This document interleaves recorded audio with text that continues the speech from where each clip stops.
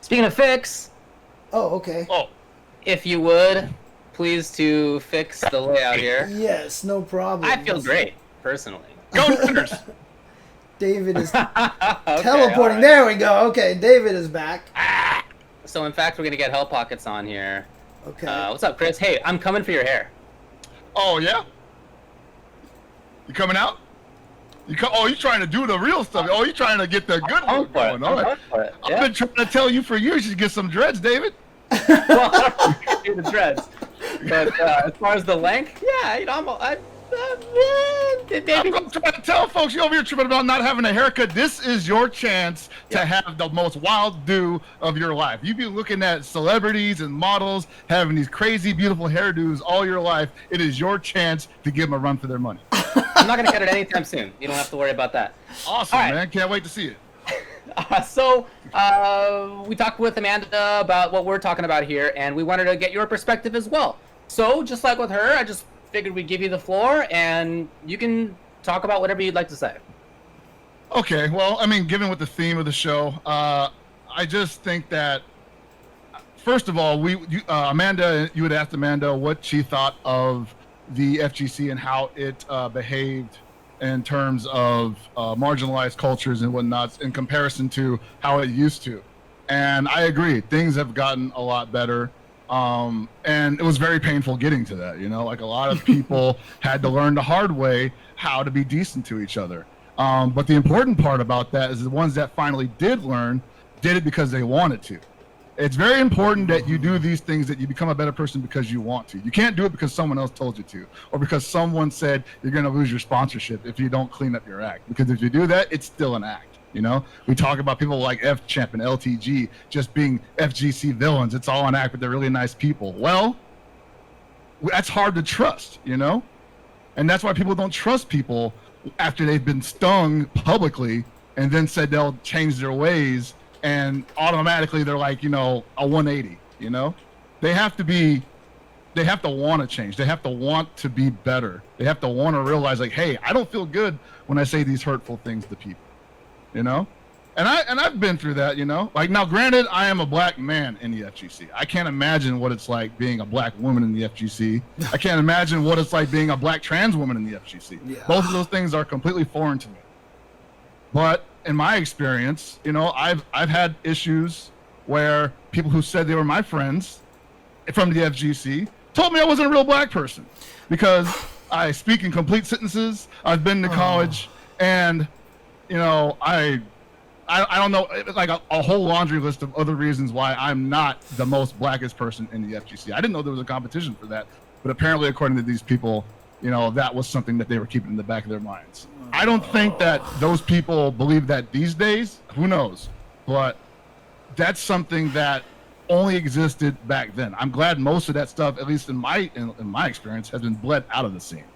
For the love of God, you know, like when I first came to the FGC, I was still the black kid in the arcade, you know? Yeah. It wasn't like there was a measuring stick or anything like that. It was only until after I got deeper into the scene and met so many other kinds of people that all of a sudden I was introduced to that kind of thinking. And I started wondering, like, you know, why do you feel like you need to tell me this, you know? Like, what makes you think it's okay to say these things to me? And it's, I mean, I don't want to just call it ignorance, because I feel like people know better, you know? Once you're not 15 years old anymore, and even then, you know what you're not supposed to say to people. But you say those things anyway because you have been introduced to a lifestyle that, you know, you feel like you have to keep up with.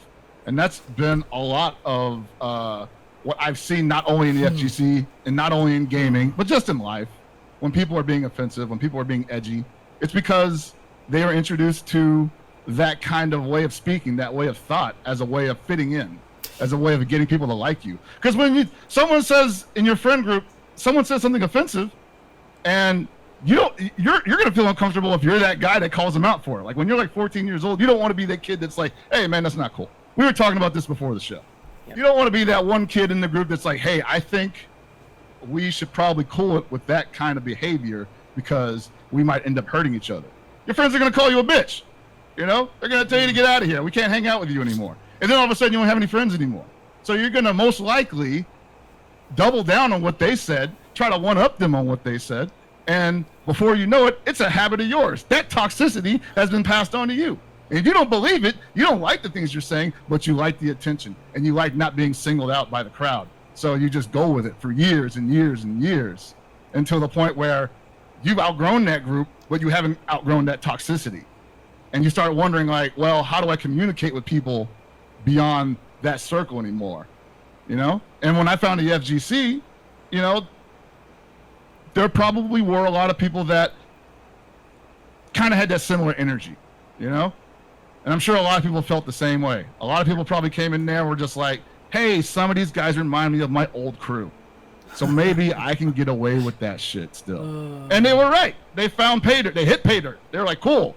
Everybody here is an edgy little asshole just like me, at least in my circle. So we can continue the glory years of high school for another 10 years. But eventually, that runs its course too. I mean, God forbid you become a top player and you get eyes on you.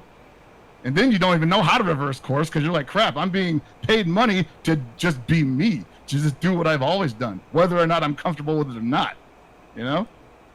So at that point, you'd have to want to change. You have to want to not say these hurtful things to people. You have to want to think about what you say and think, well, you know what? I wouldn't want to say this in front of certain company, so I shouldn't say it in front of anybody. That's just the tip of the iceberg in how the FGC is going to change. You know, I think a lot of people should really examine how they not necessarily are viewed by others, but how they view themselves. Like, are they happy with themselves? Because I don't believe anyone has been born onto this planet dropping the N-bomb. You know, I don't think they were born onto this planet being homophobic. I don't think they were born on this planet to just spread hate. I think you were born at basic, you know, the basic necessity you needed was love. And so you wanted it, and you wanted to give it back. We were born on this planet to spread love, not hate. And you learn how to hate, and you hate it. You learn how to hate, and you despise it. And once you are privy to that kind of hate, you want to spread it around most likely because it sucks. It hurts. It's the worst feeling in the world, and the only way that you can ignore it is by maybe pushing it off on somebody else and feeling like you're not the only person in the world that feels like shit anymore, you know? Right. Redirecting it, right? Yeah. Redirect it, yeah. And I'll be honest, I had to deal with that. I had a part of my life where people had shit on me for how I was in school because I was not the typical black guy, you know? I was a nerd. I was learning the Japanese language and I was reading Dragon Ball manga in like 6th grade, 11 years old. And they thought I wasn't black enough for them. They thought I wasn't thug. And so I was like, well, I guess I got to freaking be extra thuggish for these guys. I got to be like the fucking enforcer in school. Otherwise, I'm not going to survive, you know? My social life is going to take a dive. And that's how that shit just ends up snowballing into a personality that wasn't there before. And I think so many people in gaming suffer from that. Suffer from not getting the acceptance the way they wanted it, you know? I think they just play the role like those people that we mentioned before. Everybody, all of them, they're playing a role because that's not them. That's a good intro. We were talking before we went live about this and about how for each of us there was like a moment where we realized that we had upset somebody who we were friends with, or we were upset ourselves, and that eventually we sort of realized that we didn't want to do it anymore. Yeah. Is that something that you can? I don't know how to get that for people without them having experienced it. Do you have any thoughts on that? Well, I have a story about that's real short, and it's not necessarily about things that were said, but it's about how me and a good friend of mine learned to not behave in a certain way towards each other anymore, because it hurt us. Back when I was in college and, you know, we were out having wild drunk parties at the house and whatnot, we used to get stupid and just like punch each other in the fucking nuts all the time, right? Just like beat each other up. Like literally, that was the game. Like whoever's got the open crotch, you just punch them right in the nuts. We used to do the same exact thing. So all right, I get it. So you get it. But like, like that escalate, just like toxicity and bad language escalates, you know? I know that. Suddenly, you know, the game that you played in the house with your buddies, you're playing it at the movie theater, you know? You're watching, you know, Star Wars Episode 2, and your friend's got his legs open, you bang him right in the nuts real quick, right? And he's like, "Ah!" And you get kicked out of the movie theater because you're being an asshole. This is a real life story for sure. This is a real life story. So behavior like that continued to escalate, and, you know, because we were surrounded by our ecosystem, no one was trying to stop us. We were just like, they weren't necessarily egging us on, but they were also just like, well, we're not going to be the ones to step in here and say we might be getting a little too old for the banging the nuts game, guys.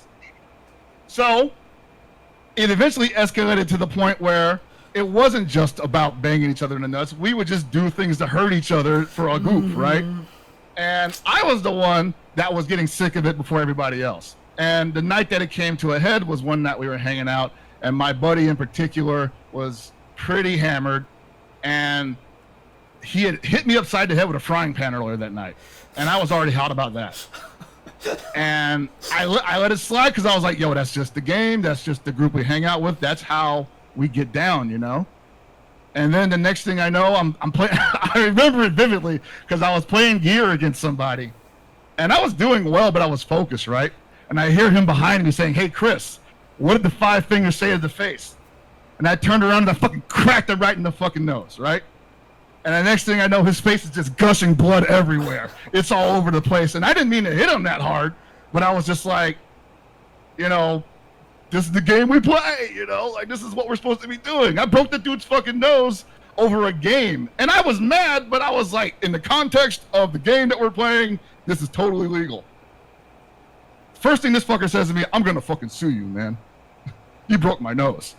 And I was like, "Dude, we do this all the time. Why are you mad now? You hit me in the head with a frying pan earlier tonight." He's like, "Yeah, but I didn't draw blood, and I didn't break your skull." And I'm like, "Lucky you? Lucky me?" So I drove him to the hospital after that, and I waited with him in the hospital for the entire night. He didn't get out till maybe 5 a.m. And we ended at 5 a.m. They throw him out of the hospital, and we're sitting on the curb having a cigarette. And he says to me, I think we should probably stop with the banging the nuts game." And I was like, "Yeah, you're probably right." And that's essentially what needs to happen for a lot of people to curb their bad behavior.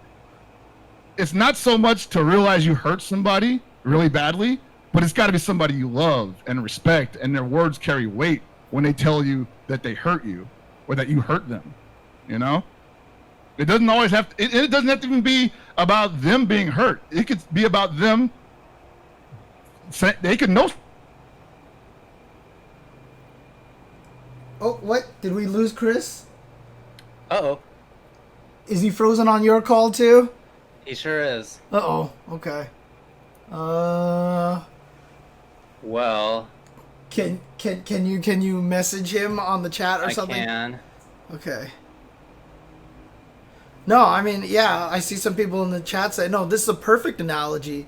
I mean, in this particular case, the analogy that Chris is using is that this is physical pain that you're causing people, and you tend to escalate the physical pain. But in reality, you know, when we choose to use the words that we do, when we choose to use the language that we do offensively, and when we decide to treat other people badly, you know, any sort of tribal behavior, right? Because tribal behavior is just a part of human nature, and it's one of the things that we have to fight. So whether it's a ethnic group that you belong to, or it's this game that you play and not the other game, your tendency is to try to hurt people, not even necessarily physically, and it takes somebody to stop that. Anyways, I'm gonna let Chris finish his thought over here. Oh yeah. I was just gonna say that is just something that, you know, it only comes about when you feel it, you know, and it's not necessarily when you feel it directly. It's when you feel it and you didn't mean to feel it and you didn't expect to feel it and you've been stung by it. And if you are someone who, I mean, there are people who can feel that way and they double down on their feelings because they just hate feeling that way and they're too far gone and they can't be helped, you know. I wish they could be. I wish more people could just be like, you know what, I don't like feeling like that, and I don't like making other people feel that way because that makes me feel like shit. I eventually just had to, on all the things that I've done, I had to decide, I don't want to be that guy. I don't want to be the kind of person that will not get the call back from friends to hang out again. I don't want to think, because I'm already insecure as fuck. That's why I'm saying these stupid things, right? Yeah. I don't think anybody likes me, so I'm trying to be edgy and provocative. I'm trying to be memorable. I'm trying to leave an impression on people. Yep. And the last thing I want is for them to be like, well, this is why we don't hang out with you. Because that's exactly what I'm scared of. So my advice to people who possibly struggle with toxicity and are aware of it is to just not necessarily just stop, because I know how hard it is, but just understand that eventually it will come to you. There will be a day when you hurt somebody that you thought was on the level with you. You thought you guys were on the same page, and then you will learn that they are not, and that rift will form between you. If you're lucky, they won't stop talking to you. Very lucky, because most likely, and we've heard stories where that just ends a relationship, and you don't even, sometimes you don't even know what you said. So it's a dangerous game to play emotionally, and be prepared, because it happens. It's going to be worse than losing your sponsor. It's going to be worse than getting kicked out of Evo and every other FGC major, because at least when you lose those things, you have your boys, you have your homegirls, you got your family. But if you do that, if you get stung by that, you could end up losing that and all of the other stuff. And you'll have nothing except your bitterness. Yeah. I don't know. Yeah, I don't know what else I'm going to add to that. I don't know what you could. To be honest, I think that was fantastically put. Kind of to go along with it, the FGC culture, you're talking about how everybody has that kind of mentality. You come in here, oh, okay, it's kind of like this. When everybody talks about old school FGC, when you see all those people who are like, oh, FGC back in the day, we weren't sensitive and blah, blah, blah. Also, back in the day in the FGC, like the oldest person was like 28 years old or something like that. Yeah, we didn't know shit. Yeah, exactly. Now we're actually at a point where we have people who are adults and we understand and we're mature now. And so people understand that this is not acceptable. And what the FGC was missing back then was that kind of level of maturity. And so we can't glorify what it was back then, because we were all stupid and we were all idiots. And now, we're and there's some weird fallacy where we are not allowed to shit on who we were back then, even though the people that we were back then could possibly be people we wouldn't even hang out with now. I don't understand why people feel like they can't change to the point where they wouldn't recognize themselves in the past, or they wouldn't want to be like those people in the past. I think that's great. If you are so much better now than you were 10 years ago, what's wrong with recognizing that? What's wrong with trying to not only recognizing that, but what's wrong with trying to educate that age group currently how to not be, That only benefits them. I think they see all these old videos and they hear all these old stories from people that might be stuck in the past, and they think, wow, that's great, because they had that same toxicity building in them, and they're a little more, reserved about letting it out because they've been checked before on it. And then they find out, oh yeah, the FGC used to be super hardcore, and there's a couple OGs that still support that kind of bullshit, So maybe this is the place for me. And I won't say that it's not, but I will say again, eventually the day will come where you will be forced to make a decision. Do you want to be that person, or do you want to be better? Because it's going to hurt being that person. It's going to feel way better not being that person. I can attest to it. And yeah, if you never change, I feel that it means that you're never learning. So it's not something to aspire to never change. I think it's more important. You don't need to change for change's sake, right? But you need to learn, and as you learn, you should be changing because you have new info, you have new perspectives, and you need to reevaluate as a result. Yeah, totally. We as competitive players, that's what we are we aspire to do. Like Right. we examine our game and we break it down and we try to remove the parts that aren't working for us. You know, Right. they're not achieving the results that we want. You know, And that's like there's some cases where this dumb like strategy paid off because they got lucky. You know, the guy didn't call me out. He didn't read it. The guy didn't read my freaking wake up inward. You know, Yeah. you know like stupid shit like that. and that's one of the dangerous things. We have to stop glorifying the old school kind of thing, you know, old school days and stuff, because that's what a lot of people try to do. You know, they talk about it like, oh, it was so much more cool back in the day, and really it wasn't. You know, and I talked about this last week too, is that, you know, David was talking about the change and learning. That's what you have to do. If you feel uncomfortable, because like you said it earlier, like, you know, you didn't feel good about things, but you keep doing it. But if you don't feel good about it and your discomfort, you know, if it causes you discomfort, take the time to ask yourself why it causes you a discomfort and really take that in and use that as an opportunity to grow and learn, you know. Unless, like I said, you are a piece of shit, then we kick you out of our community because we don't want you here, you know. That's hey man, some people just, you know, they think they'd rather gamble. They like, you know what, maybe I'm so close to being like the one guy that made it all the way, saying all the fucked up shit he wanted to say, you know. You know, I'm about to have a TV deal, they're gonna make movies about me, and I never compromised. Yeah. Truth is, you compromise yourself the moment you stepped out the door. Because you don't believe that shit. You can, and people can tell me that shit's an act. That means they're telling us you don't believe it. That means they're telling us you're a liar. You're fake. You know? Why the hell would we give you the time of day if everything you say is bullshit? Yep. Man, one of these days we're not gonna have social distancing anymore, and I'm gonna give you a big high five. Because I think that was super well put. Yeah. Is there anything else that you want to get to? I mean, it just doesn't just need to be FGC. This could be larger world if you'd like to talk about that, but that's totally up to you.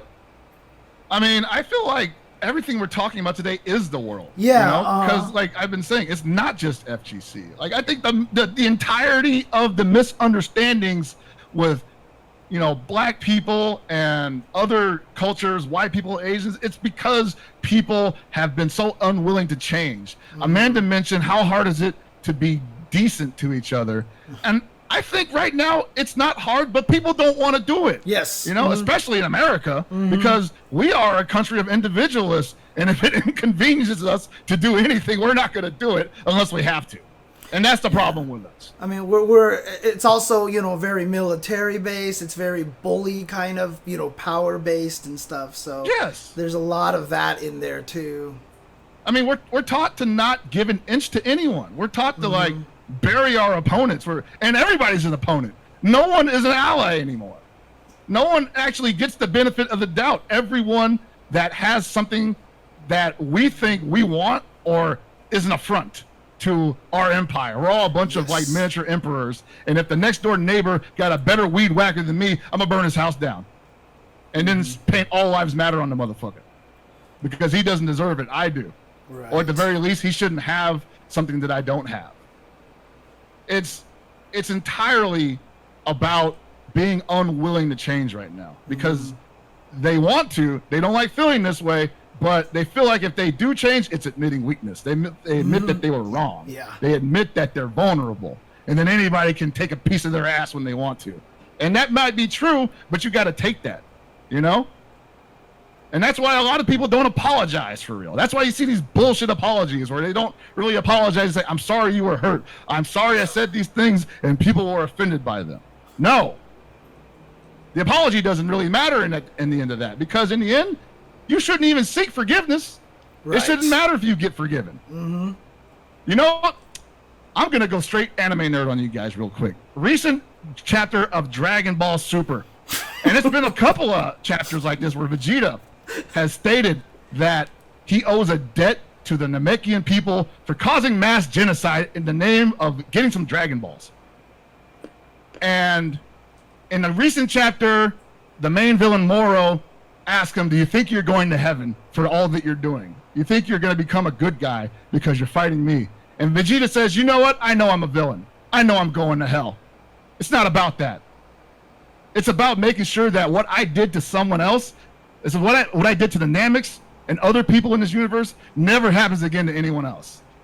And if I can stop that from happening, that's all that matters to me. I don't care if anybody forgives me. I just don't want to see that shit happen to anyone else anymore because it's gross. And I know it doesn't make you feel good. I know it doesn't make me feel good. And that's why that shit's powerful. There you go. Thanks for coming on, man. That was No problem, man. Vegeta, dude. Vegeta, dude. Any- Repenting. Anything that you want to plug for yourself? Any projects coming up or anything? I mean, right now, I'm just chilling, right? You know, just relaxing. When the whole George Floyd tragedy occurred, I kind of took a step back from streaming because I felt like playing video games and trying to pretend like nothing was wrong was not it wasn't the time for that, you know? I'll let somebody else play that game. Yeah. I still play games. I'm playing Call of Duty right now, and boy, am I being introduced to some older cultures. Yeah. But I'm thinking about restarting the activity this week. Actually, I was actually talking about it with a couple of the goons on Twitch.tv/GameGoons. Watch the goons, by the way. And it's a good time for me to get out there because I've organized my thoughts. The energy for me is up high again. I'm able to have fun again. I'm still angry as fuck, but I'm not gonna let it just overtake me, you know? There are ways for me to get my anger out that's not on my stream. You know, I can go out there and protest. I can donate to charities. I can talk to you guys. I can talk to the people. You know, anybody that got questions, come and hit me up, and I'll tell you about my experience. All right, dude. Cool. Thanks. Thanks for hanging out, man. I really appreciate it. No problem, man. Anytime. By the way, shout outs to finally having me on the Rival Show. You guys may not know this. We had the competing shows for the longest time, Super Desperation Radio and Ultra Chin. And I used to give you guys so much shit because you wanted to do a Monday show during our time slot. Yeah. You guys, I'm sorry for that. All right, man. Thanks a lot. No problem. Y'all take it easy. Peace. You too.